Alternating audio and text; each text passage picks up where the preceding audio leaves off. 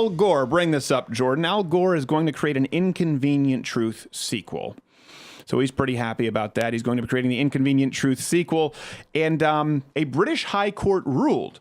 This is not a right-wing conspiracy, anti-science conspiracy. A British High Court ruled that there were 9 significant factual errors in an Inconvenient Truth.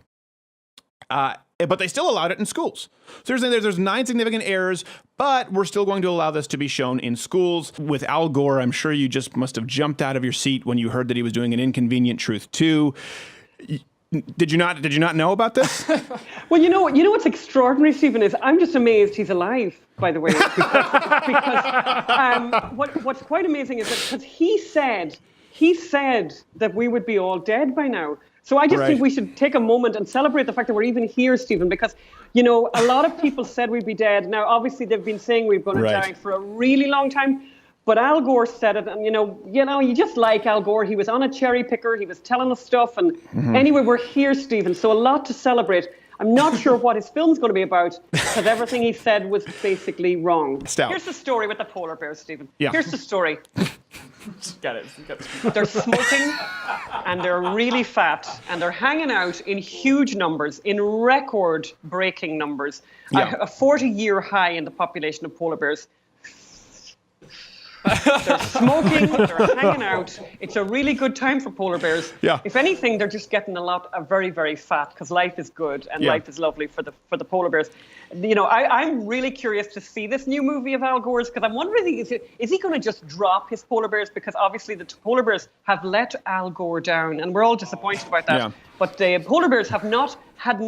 I've spoken to which is sad for them because they took him in as one of their own. He lived with them. Have not heard the news about their own extinction. John Holdren said that by 2020, 1 billion people would be dead because basically of our use of fossil fuels. Yeah. When do they, that thing of love is never having to say you're sorry. Right. When do they say they're sorry? Like, when do they say they're sorry? Yeah. And Al Gore said 10 years ago, if we didn't take drastic steps to change our behavior, we would reach and I wish we had music for this, Stephen. Hold on. The point of no return. The point of no return, Stephen. We have already reached the point of no return. So we should just, burn all the fossil fuels we like. Gordon Brown, who was the Prime Minister, not an idiot, well, let's maybe debate that. It's up for debate. Gordon Brown, who was the Prime Minister of the United Kingdom in 2009, said we had 50 days. 50 days left to save the planet.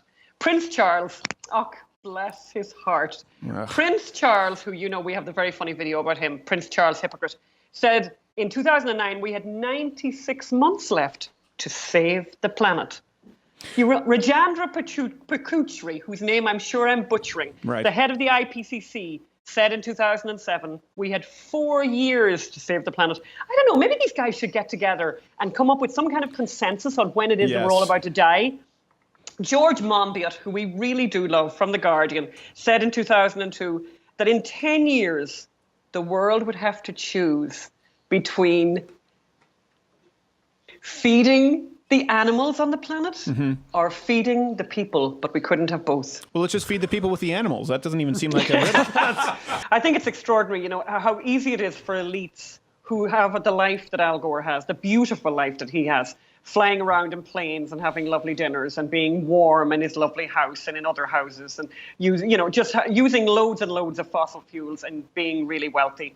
And that he would impose on the poor of the world an alternative to fossil fuels, when fossil fuels have worked out so well for all of us, and we're living these very safe lives, by the way. We have our children, if they get sick, going to hospitals where we're not relying on the wind blowing or the sun shining for the electricity to be on. But he's imposing that kind of, that awful, unreliable energy on the developing world. And I just think as you say, there's a really tragic side to this. It isn't funny at all. We have a preview now for 10 years later, An Inconvenient Truth 2. Al Gore seems excited about it. A decade ago, I released my Academy Award-winning documentary, An Inconvenient Truth. It was met with great applause, fanfare, and cold hard cash. But to my dismay and everlasting shame, a British High Court ruled that many of my facts were unfounded and outright misleading, legally obligating me to produce this sequel. I found out that the ice caps were not melting, but in many parts of the world gaining more ice than they were losing, and that polar bears are in fact not endangered, but alive and well. Also, they're kind of assholes. I was extremely surprised to find out that sea levels were not actually rising so fast as to threaten all the coastal cities I'd warned about, allowing me to stay in my beachfront mansion. Also, I still sit on the board of Apple. And finally, I learned that carbon dioxide is necessarily not in fact a pollutant, but a byproduct of the planet's natural cycle, necessary for all living beings. Mr. Gorin, it's time for your massaging. Now, Sven, hold up. I'm just finishing my movie trailer narration. But Mr. Gorin, I'm already in the cosplay outfitting. An Inconvenient Truth 2 in theaters 2017. Okay, Sven, but this time no slippers. I want those little piggies to get wild and woolly. Hey, if you like this video, subscribe by clicking the button that says subscribe. If you're not aware of it now, there's no way you're learning the internet at this point. I'm not going to help you. But this was clipped from my daily show, available exclusively to LottoWithCreditor.com/MugClub members. If you're student, military, or veteran, enter in that promo code. It's less than $6 a month, and you get daily content. No more clips, plus this hand-etched mug. Oh, when I feel it, I got a chill like on the inside.